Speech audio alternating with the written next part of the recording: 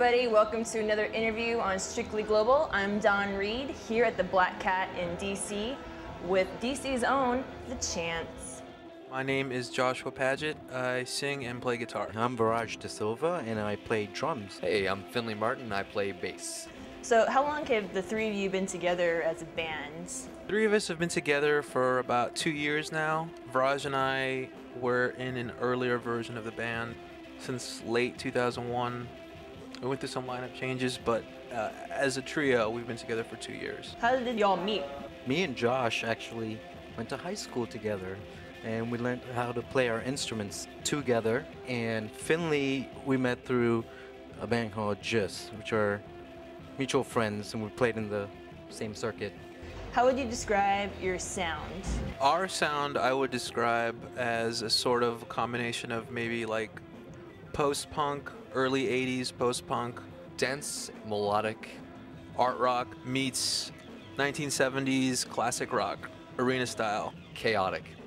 All right, I know you all come from different backgrounds, Peru, Sri Lanka, Canada.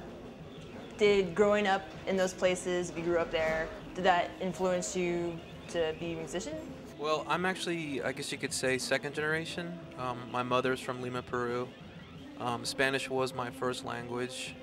I grew up around a lot of salsa music, and people like Hector Lavoe, his lyrics influenced my writing, my lyrical writing, because you know, salsa music, it's all about like pain, joy, heartache, loss, and life, and it's really pure, and there's a lot of passion in that music. Yeah, salsa had a big subconscious influence on me. I was born in Sri Lanka. I was about 2 days old when I left Sri Lanka.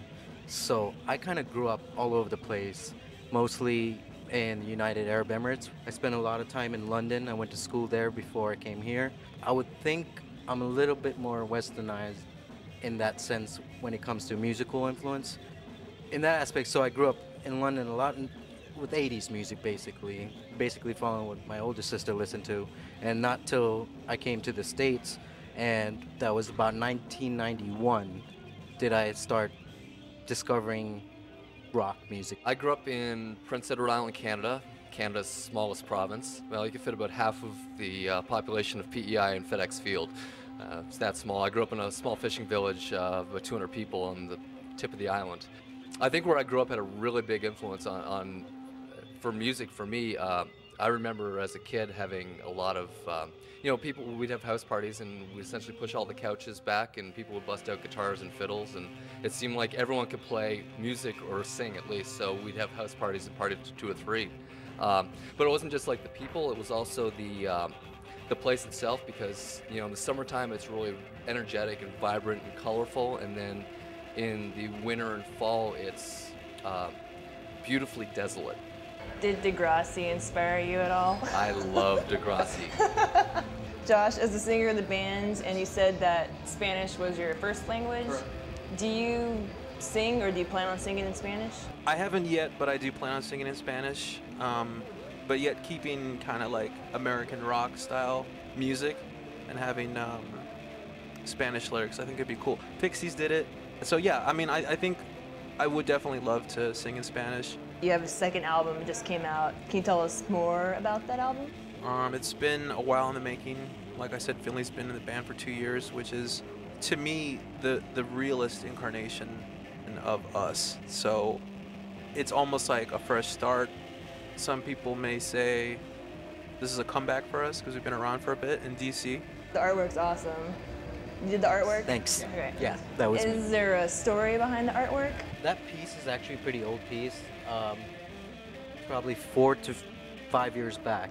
And originally, when I drew that, I had this Mother Nature kind of theme going, and I guess it's kind of exemplifies how nature can be both serene, beautiful, but at the same time very destructive if it wants to be.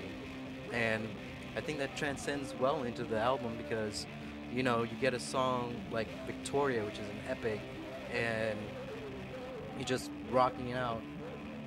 It's like two worlds. And then you get a song like Continuum, where it's just exploring this more ambient calm, melancholy kind of feeling. So I think it works well for it. In the Middle of a Dream is like the first, I guess you call it, single off the record. Like Rush said, we write a lot of epics that aren't like radio friendly, but at the same time, again, going back to the 70s style, I mean, you listen to like Stairway to Heaven and stuff like that on the radio, Dark Side of the Moon, they're all about epic stuff, and we want to bring that back. You know, I mean, 3-minute pop nuggets are like, they're cool and all, but I mean, really, like, you know, we want to put like balls back in a rock. We don't feel the need to be constrained by the length of a song, especially since, you know, radio is pretty much dead anyways, you know, and they definitely wouldn't be playing a band like us in the first place, so we're free to play as long or as short as we want. So we've got free reign to do whatever we feel like. I think it's more important with a live show.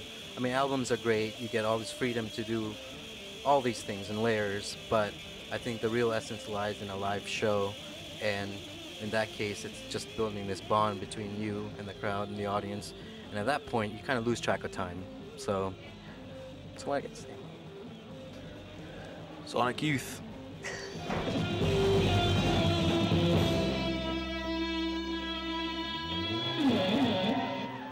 We are the Chants, and you're watching Strictly Global. Crap yeah.